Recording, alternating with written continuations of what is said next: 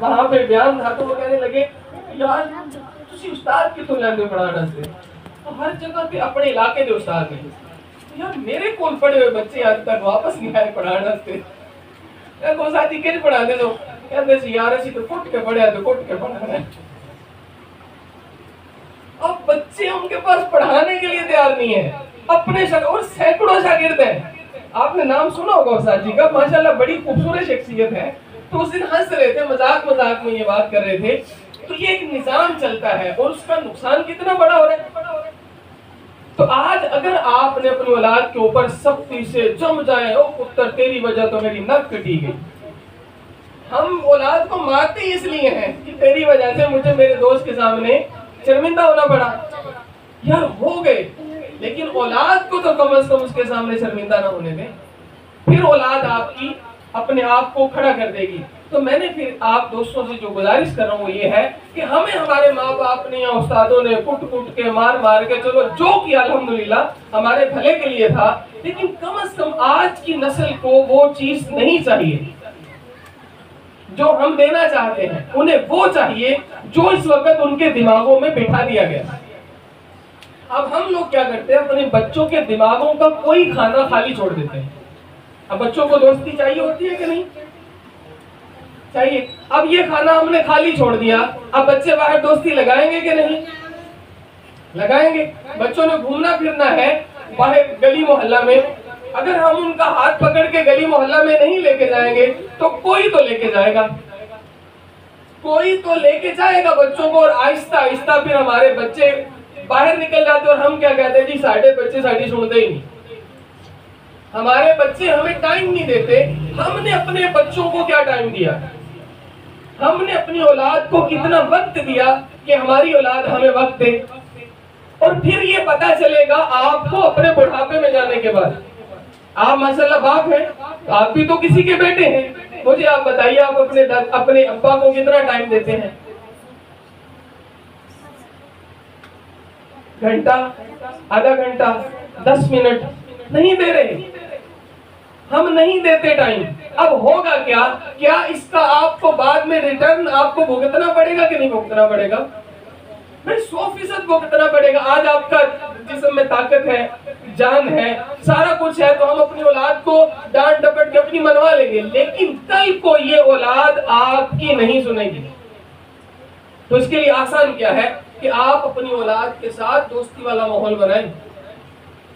आज जिनकी माँ बाप जिंदा है, अल्लाह उन्हें सलामत रखे, सरों पे सलामत रखे। अगर नबियों को कह दिया गया था ना कि संभल के आना, पीछे माँ नहीं है दुआ वाली, तो याद रख लीजिएगा कि ये इतना सोखा मरला नहीं है। जिनके नहीं है ना उनसे पूछिए कि कान तरस जाते हैं बंदे को डांट सुनने के लिए, अब्बा जी तुसी आ जाओ सही एक बारी आवाज दो, जो कहोगे सी करा। आप बूढ़े बुजुर्गों को देख लें, दर्द के मारे जब कराहते हैं तो उनकी कराह के अंदर भी आपको हाय अब्बा हाय अम्मा सुनाई देगा। आप थोड़ी सी तवज्जो करके सुन लीजिएगा। तो ये वाला फासला मेरे बेटे ने मेरी सिर्फ, मैंने एक दफा उससे बात की तो उसने सिर्फ छोटा सा बच्चा, इतनी उम्र भी नहीं, उसने गर्दन को झटका, ऐसे लगा जमीन के अंदर गड़ा खुदे और मैं अंदर दफन हो जाता।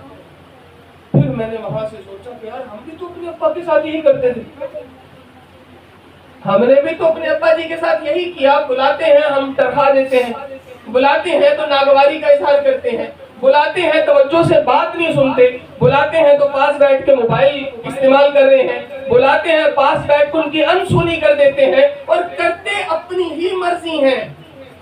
अब ऐसी सूरत में आप बताएं कल को हम क्या रिटर्न अपनी औलाद से चाहते हैं कि हमें हमारी औलाद बेहतरीन रिटर्न के तौर पे एक बेहतरीन बेटा बन के हमारे सामने आ जाए। नहीं है या आप मुतमईन है। मैंने एक भाई को खड़ा कर दिया, एक हमारे मुश्तरका दोस्त है मौलाना के और मेरे, उनके अपने अब्बा के साथ नहीं बनती, बहुत शिद्दत का इख्तिलाफ, बस मिजाज का इख्तिलाफ था जो आगे बढ़ के इख्तिलाफ से मुखालफत में चला गया कि बाप बेटा एक दूसरे की शक्ल नहीं देखते, एक दूसरे की सुनते नहीं, नफरत हकारत जब बाप का नाम आए भड़क जाते हैं। मैंने एक दिन उन्हें साथ लिया और सिविल हॉस्पिटल नर्सरी का जो सर है ना वार्ड, बच्चों की नर्सरी जो है उसके बाहर चले गए। वो रश लगा, बैठने की जगह नहीं। मैं वहां बैठ गया। कह रहे क्या? मैंने कि यार यहाँ काम है, बस छोटा सा काम है, वो बस करके चलते हैं। 10 मिनट गुजरे, फैसल भी वो आए नहीं। दोस्त मैंने आ रहे हैं बस थोड़ी देर में। कोई मैयत उठा के जा रहा है, कोई रो के ला रहा है, कोई किस तरह बाप तड़प रहा है, कोई दवाइयां लेने भाग रहा है, फोन आ रहा है जल्दी भागो, कोई ऊपर कोई नीचे, तीसरी मंजिल पे तो वो फिर नर्सरी बनी है सरगोदा की, अल्लाह माशाल्लाह, चंगे भले तगड़े बंदे को कूड़ा बना देती है। अब वो आ रहे हैं जा रहे हैं, आ रहे हैं जा रहे हैं। पौना घंटा गुजरा तो उस नौजवान की आंखों में आंसू देखा। और साजी मैं समझ गया सारा कुछ, मैं सारा कुछ समझ गया। मैंने कहा क्या समझ गए? कहा जी ठीक है बाप के साथ नहीं बनती, लेकिन आज के बाद बाप के बारे, बाप के खिलाफ जुबान से लफ्ज नहीं निकालो। अल्हम्दुलिल्लाह उसके बाद अल्लाह का शुक्र है, जहां तक मुझे पता है कि उसने अपने बाप के खिलाफ जुबान नहीं खोली। तो ना होना अलग चीज है, लेकिन जब ये नहीं होते ना फिर हमें पता चलता है। अब आप दोस्तों से जो आज की फादर मीटिंग में गुजारिश है वो इतनी सी है कि अपनी औलाद को यार सहारा दो, कंधा दो, और इन्हें बताओ बेटा कि तुमने करना क्या है।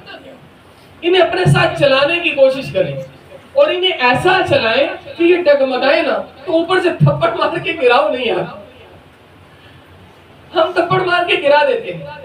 मैंने एक भाई से पूछा आपको अब्बा से मार कितनी दफा गलती पे पड़ी? कहने लगा सच्ची बताऊं मुझे नहीं याद कि मुझे अब्बा की वजह से, गलती की वजह से मार पड़ी हो। मुझे मार इसलिए पड़ती थी कि वो क्या कहेगा, वो मल्लेदार, वो रिश्तेदार, वो क्या कहेगा। मुझे इस वजह से मार पड़ती थी, इस वजह से मार ही नहीं पड़ी कि यार ये गलती है तूने, इस वजह से तुझे मार पड़ रही है, ये गलती नहीं करनी। अब बच्चे के दिमाग में क्या बिठाया जा रहा है? यार अपनी गलती दिखा रहे, किसी के सामने गुनाह नहीं करना। भाई ऐसा तो नहीं तैयार करना ना हमने बच्चों को, ऐसा तैयार करना है। हमने तैयार करना है बेटा जहां पे कोई भी नहीं होगा वहां पे रब देख रहा है, वहां पे रब देख रहा है। तो अपने बच्चे को यूं करें, देखिए भाई नेकोकार बच्चे को तो हर कोई कबूल करता है, ये नहीं करता। नेकोकार भतीजे को, भांजे को, शागिर्द को हर बंदा कबूल करेगा, लेकिन मजा तो तब है ना यार कोई गलती करने वाला हो, कोई नालायक हो तो उसे कबूल करें, और फिर उसे हम जब कामयाबी की सीढ़ी पे चढ़ाएं, उसे पैर रखना सिखाएं, फिर वो कहे वाह अब्बा तेरे मोटे के हाथ रखने ने ना मैनू आज दुनिया के सामने खिला देता है। हम बाप नहीं बन रहे, सच पूछो तो मैं उस्ताद नहीं बन रहा हूँ। बेटा बच्चा शागिर्द करेगा, मैं तेरा उस्ताद हूं, ऊपर से कुट देंगे पकड़ के। आप है तो भाई चाचा मामा तू मेरी नहीं मननी, देखी नहीं मननी, हम तो ऊपर से और मार देंगे। अभी अफ्रीका के अंदर एक बंदा हाथी, सर्कस का हाथी लिए, वो सर्कस खत्म हुई तो हाथी को गाड़ी में चढ़ा रहा है। अब आप बताएं कि वो हाथी को चढ़ा रहा है गाड़ी में, और पीछे हाथी को वो यूं गाड़ी में चढ़ाते हुए जोर लगा रहा है। अब मुझे बताएं उसके जोर लगाने से हाथी चढ़ रहा है? उसके जोर लगाने से हाथी चढ़ रहा है? सिर्फ हाथी के ज़हन में ये जा रहा है कि मेरा मालिक मेरे पीछे मैंने ना धक्का मार रहा है। अब वो चढ़ जाता है गाड़ी में। हम अपनी औलाद को कामयाबी की सीढ़ी चढ़ाने के लिए कौन सा धक्का दे रहे हैं? आपने खुद सोचना है। देखिए फैसला हमने करना है कि हमने अपनी औलाद की कामयाबी के अंदर कितने फीसद हिस्सा हमारा है। अफ्रीका के जंगलों के अंदर शेर की नफ्सियात के ऊपर एक बंदे ने बड़ा अजीब उन्वान लिखा है कि वो शेर का बच्चा शेर की खाल में दांत गाड़ता है और शेर चीखता है, फाड़ता है। अब आप बताएं शेर की इतनी सख्त जिल्द है, वो बच्चा कितने के दांत गाड़ लेगा? गाड़ सकता है, उसे नुकसान पहुंचा सकता है, लेकिन शेर गैर इरादी तौर पे अपने बच्चे को ये सिखा रहा है कि तू जब दांत गाड़ेगा ना तो अगले बंदे की चीखें निकल जाएंगी। हमारे बच्चा जरा सी धमाके की आवाज सुन ले बेचारा डर के छुप जाता है, बिल्ली की आवाज से डरता है, कुत्ते की आवाज से डरता है, अंधेरे से डरता है, और सबसे बड़ी नाकामी इस उम्मत की ये है कि अपने घर में बच्चा डरता है। अपने घर में बच्चा डरता है, अपने घर के अंदर। अब आप बताएं क्या? माँ का डर, मैंने ये किया तो अम्मी मारेगी। अब्बे का डर कि अब्बे के पास जाऊंगा तो ये करेगी। बहन का डर कि बहन के पास जाऊंगा तो वो मारेगी। भाई क्या ये सच है या झूठ है? अब इसका हल क्या है? भाई डरा के कभी कोई इंसान किसी को कामयाब नहीं कर सकता। आप डरा लीजिए, दुनिया के सबसे बड़े मुअल्लिम, मोहसिन कायनात, मुअल्लिम इंसानियत मोहम्मद अरबी सल्लल्लाहु अलैहि वसल्लम की जात, क्या उनके सामने बच्चों ने शरारतें नहीं की? क्या उनके सामने हज़रत ज़ियाद बिन हारिसा थे या हसन और हुसैन थे, उन्होंने कोई गलती नहीं की होगी? लेकिन एक थप्पड़ भी नहीं है, एक थप्पड़ भी। और बद्दुआ तो है ही नहीं ना। और कैसी तालीम दी, कैसा सिखाया कि मुआज और मुअव्विज है तो अपने अपनी अपनी उंगलियों पे खड़े होकर कहते हैं, आका मैं भी बड़ा हूं, मैं भी ताकतवर हूं, मुझे भी जंग में लेके जाइए मैदान जिहाद में। और हमारे बच्चे बंदरों की तरह लिपट रहे होते, मैं नहीं स्कूल जाना, मैं नहीं जाना, मैं नहीं जाना। क्या है यार ये? तो आज अपनी औलाद को कम से कम ऐसा बनाने का गुर सिखा दीजिए कि आप ये कहें कि यार मेरी औलाद ने आज 50% जो तरक्की की है ना, वो मेरी सोच के बदलने से की, और अगली तरक्की आने वाली नस्ल इंशाल्लाह हमारे बच्चों की वजह से कर लेगी। और एक दिन आएगा इंशाल्लाह कि आप चाहे जिम्मेदार है तो इंशाल्लाह एग्रीकल्चर की डिग्री लेके आपका बेटा आपके खेतों में खड़ा हो गया इंशाल्लाह, और आपकी अपनी वो कोई ना कोई मसनूआत निकाल के मार्केट में ला के बेच देगा। लेकिन वो तब होगा जब हम अपनी औलाद को कोई हौसला दें, कोई हिम्मत दें, कोई ताकत दें कि मेरा बेटा तू ये कर सकता है, तू कर। हमारे बच्चे कान लगा लगा के बातें सुनते हैं, इल्ला माशाअल्लाह। मैं इसमें आप अगर मैं गलत हूं तो आप बताइएगा। कहीं पे माँ बाप की नोक-झोंक है, या नंद बहू की नोक-झोंक है, या बहू सास की आपस में कोई नोक-झोंक है, तो आप सुनिएगा बच्चे कान लगा के साइडों पे छुप छुप कर सुन रहे, भाई अम्मा ने की क्या, अब्बा ने की क्या नहीं है ऐसा? अब आप बताइए, जो आप बच्चों को सुना रहे हैं, अब बच्चा क्या करेगा? बच्चा वही करेगा जो आप उसे सुनाएंगे। हमारे स्कूल में एक भाई साहब आए, मेरे पुत्र ने स्कूल गाल कर दी थी, मेरे माँ मैं अपनी माँ नु गाल कर दी। ओ तौबा तौबा, उसका गुस्सा ऐसा था कि मुझे मारने लग गए। मैंने कहा गाली क्या दी? माँ को कुत्ती कहा है। तो बहुत गलत किया, ये सिखाते हो स्कूल में, ये सिखा रहे हो तुसी? यार बहुत गलती होगी यार, नहीं होना चाहिए था, मैं माफ कर दे मुझे। मैंने उसे बातों में लगाया, बातों में लगा लोगों के माफी मांग के। मैंने उससे कहा यार भाई ये बता, तेरे बेटे ने क्या कहा? कहता कुत्ती। मैंने कहा अच्छा ये बता, पिछले कुछ दिनों में आपकी बीवी को आपके अब्बा ने, आपकी अम्मी ने, या आपने लड़ाई के दौरान इसकी माँ को कुत्ती कहा हो? तो थोड़ी देर सोचने के बाद कहने लगा, उस्ताद जी मेरी बीवी ना लड़ाई हुई तो मैं अपनी बीवी नु कुत्ती आख्या सी ए सुनदा मैं। अब वो सर पकड़ के बैठ के शर्मिंदा हुआ, उस्ताद जी मैनू माफ कर दो।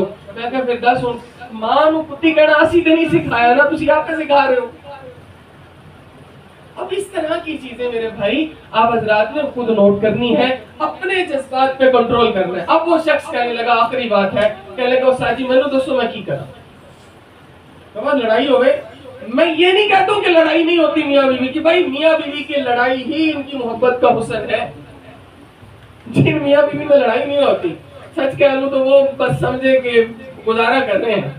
जो मोहब्बत और जो खुलूस इसके अंदर नाराज होने और मनाने में है ना, ये कहीं और नहीं है। लेकिन ये हो सिर्फ मियाँ बीवी के दरमियान में, कि कोई तीसरा बीच में नहीं आना चाहिए। तो ये चलता है सिलसिला, अपनी एक सिलसिला है। कहते जी मैं क्या करूं? मैंने कहा आज के बाद जब लड़ाई हो, तूने अकेले में लड़ाई करनी है, दरवाजे बंद करके खिड़कियां बंद करके लड़ाई करनी है। तेरा बच्चा गाली ना छोड़े, मुझे आके पकड़ ले।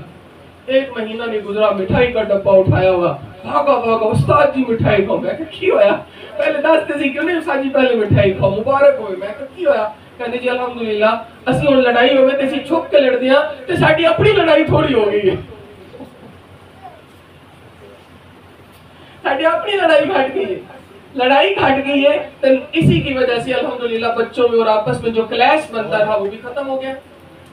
तो आप हजरात भी आइंदा से कोशिश करें, आपका आपस का मामला, जो आपको मोहब्बत, जो आपको तवज्जो आपके माँ बाप नहीं दे सके, उन्हें गलत ना कहें।